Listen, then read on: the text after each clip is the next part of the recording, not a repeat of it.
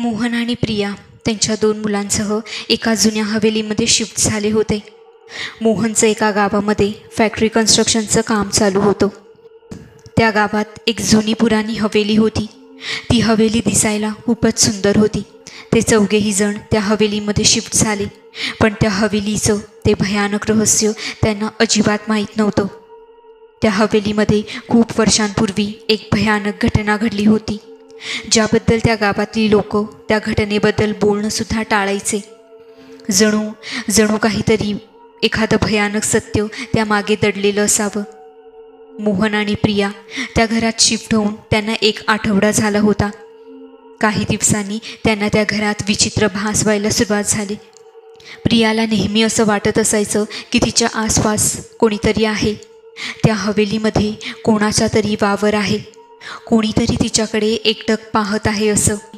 एके दिवशी सगळे रात्रीच्या वेळी गाढ झोपले होते. तेव्हा रात्रीचे जवळजवळ 12 वाजत आले होते. सगळे गाढ झोपेत होते. पण अचानक प्रियाला जाग आली. तिला कसला तरी आवाज ऐकू येत होता.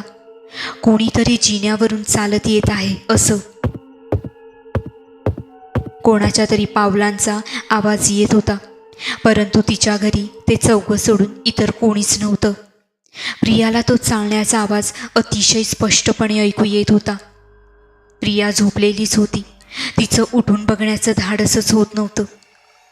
ती झोपूनच तो चालण्याचा आवाज ऐकत होती आणि चालता चालता तो आवाज अचानक गायब झाला. ते बघून प्रियाचा गळा सुकल्यासारखा झाला. ती तशीच बेडवर आडवी पडून मनातल्या मनात देवाचा धावा करत होती आणि तशीच ती झोपून गेली. दुसऱ्या दिवशी प्रिया एकटीच किचनमध्ये काम करत होती. तिचं किचन वगैरे आवरून झालं आणि प्रिया तिच्या मुलांसोबत TV बघत बसली होती. तितक्यात तिच्या मुलाला तहान लागली, म्हणून ती पाणी आणायला म्हणून किचनमध्ये गेली, तर किचन पूर्ण अस्ताव्यस्त झालं होतं. ती आश्चर्यचकित होऊन ते पाहत होती की मी तर सगळं नीट लावलं होतं, आता ही सगळी भांडी इकडे तिकडे कशी झाली. प्रियाने कसं तरी थरथरत्या हाताने किचनमधला नळ चालू केला आणि पाण्याचा ग्लास भरला आणि धावतच हॉलमध्ये आली. तिने लगेच मोहनला बोलावून घेतलं आणि रात्रीपासूनचं ते आतापर्यंत घडलेलं सगळं त्याला सांगितलं. परंतु त्याने प्रियाचं बोलणं उडवून लावलं. प्रियाला सारखं असं वाटायचं की कोणीतरी तिच्याकडे बघत आहे. प्रियाची जी मुलं होती त्यांनासुद्धा आता विचित्र भास होणं चालू झालं होतं. एकदा प्रियाचा मुलगा राहुल स्टडी टेबलवर बसून अभ्यास करत बसला होता, तर अचानकच त्याला त्याच्या मागून कोणीतरी एकदम फुल स्पीडमध्ये गेल्याचा भास झाला. त्याने झटकन मागे वळून पाहिलं तर मागे कोणीच नव्हतं, पण त्याला वाटत होतं की कोणीतरी त्याच्या रूममध्ये आहे, म्हणून तो इकडे तिकडे 4ही बाजूंना बघत होता. आणि बघता बघता अचानक त्याला भिंतीवर एक सावली दिसली, जी हळूहळू मोठी होत होती. ते पाहून राहुल जोरात किंचाळला आणि त्याच घाबरलेल्या अवस्थेत तो कसा तरी धावत पळत त्याच्या वडिलांकडे गेला आणि त्याने त्याच्या वडिलांना ही गोष्ट सांगितली. पण त्याचे वडील म्हणाले की घरी आपण चौघं सोडून दुसरं कोणी नाही. तुलासुद्धा तुझ्या आईसारखेच भास होत आहेत, त्याकडे लक्ष देऊ नकोस, तू अभ्यास कर. मोहन मात्र या सगळ्या गोष्टींकडे दुर्लक्ष करत होता. परंतु लवकरच या घटना, हे आभास अजूनच वाढायला लागले होते. एके रात्री राहुल त्याच्या रूममध्ये गाढ झोपला होता. तो गाढ झोपेत असताना अचानक एका आवाजाने त्याला जाग आली. तो आवाज त्याच्या लहान बहिणीच्या खेळण्यांचा होता. राहुलच्या रूममध्ये त्याच्या बहिणीची खेळणी ठेवलेली होती. ती जी खेळणी होती ती आपोआपच चालू होत होती आणि आपोआपच बंद होत होती. एवढंच नाही तर त्याच्या रूममध्ये रात्रीच्या वेळी लहान मुलांच्या रडण्याचा आवाजसुद्धा येणं चालू झालं होतं.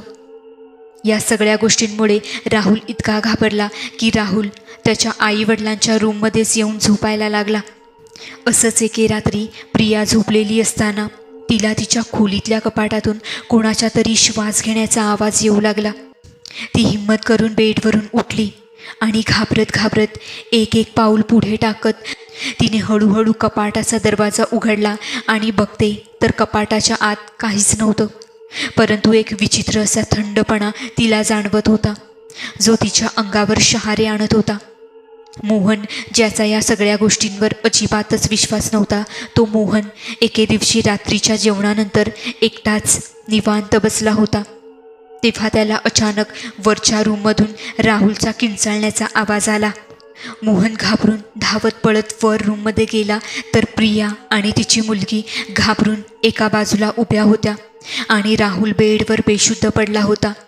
त्याच्या हातापायांवर कोणाच्या तरी बोचकरण्याचे निशाण होते, जे एकदम ताजे होते.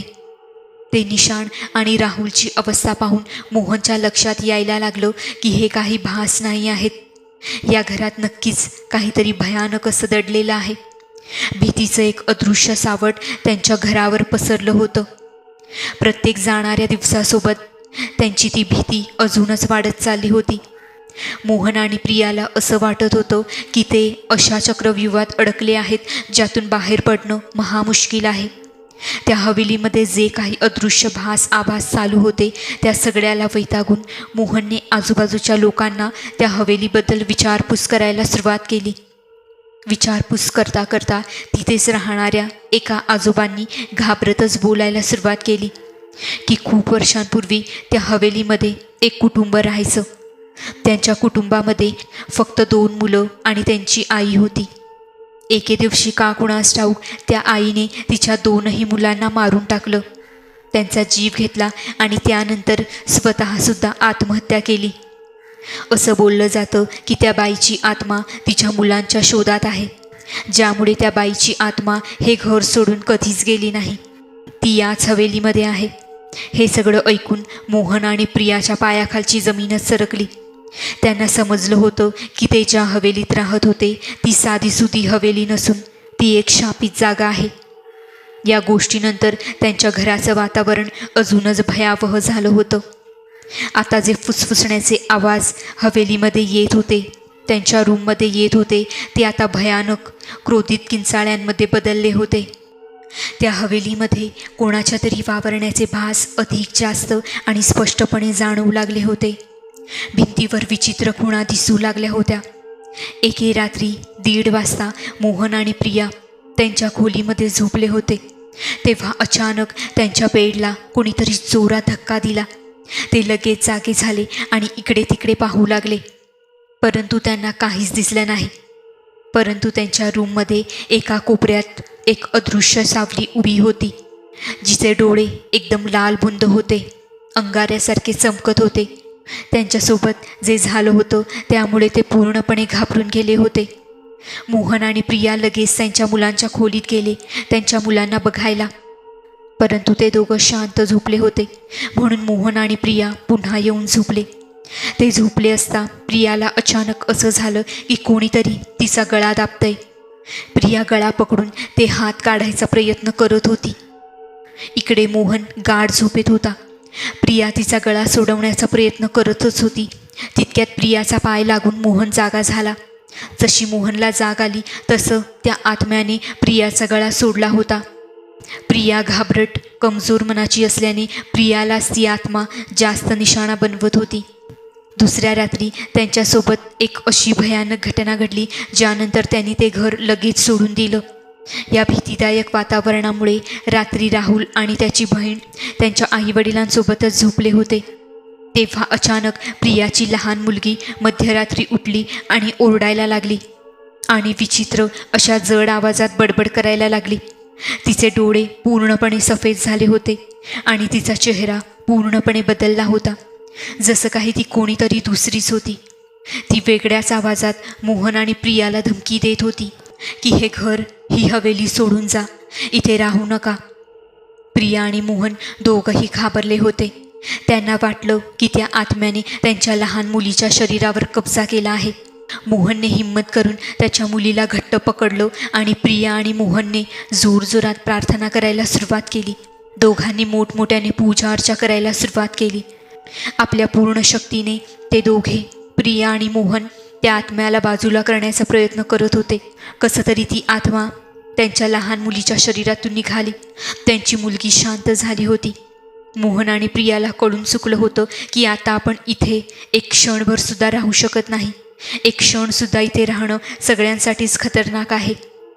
आपला जीव आणि मुलांच्या सुरक्षेसाठी त्यांनी त्याच रात्री ते घर, ती शापित हवेली सोडण्याचा निर्णय घेतला.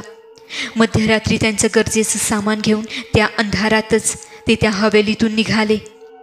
ते गेट बाहेर आले आणि त्यांनी मागे वळून पाहिलं तर एक काळी सावली त्या हवेलीच्या वरच्या भागातून त्यांच्याकडेच घुरत होती. जसं काही ती आत्मा त्या चौघांना कायमचं स्वतःकडे ठेवणार होती. प्रिया आणि मोहनला असं वाटत होतं जसं की मृत्यू त्यांच्या पाठी धावत आहे. आजसुद्धा मोहन आणि प्रिया त्या हवेलीच्या भयानक आठवणींमधून मुक्त झाले नाहीत. ते आता एका छोट्याशा शहरात राहतात, परंतु रात्रीच्या त्या अंधारात त्यांना आजसुद्धा जिन्यातून चालत येण्याचा आवाज, लहान मुलांच्या फुसफुसण्याचा आवाज आणि त्या काळ्या सावलीचे लाल डोळे आजही आठवतात. त्यांना समजलं होतं की काही गोष्टी ह्या फक्त गोष्टी नसतात, तर त्या खऱ्याखुऱ्या घटना असतात जे माणसाच्या मनात एकदम खोलपर्यंत छाप सोडून जातात. त्या हवेलीच्या भयानक गोष्टी, भयानक आठवणी आता नेहमी त्यांच्यासोबतच राहतील, तेही एका भयानक अनुभवाच्या रूपाने, जे त्यांना कधीच एकटं सोडत नाही, परंतु त्या आठवणी त्यांना सतवत राहतात. तर मित्रांनो, ह्या जुन्या हवेलीची कहाणी तुम्हाला कशी वाटली आम्हाला कमेंट्समध्ये जरूर कळवा आणि आमच्या चॅनेलला सबस्क्राईब करायला विसरू नका. धन्यवाद.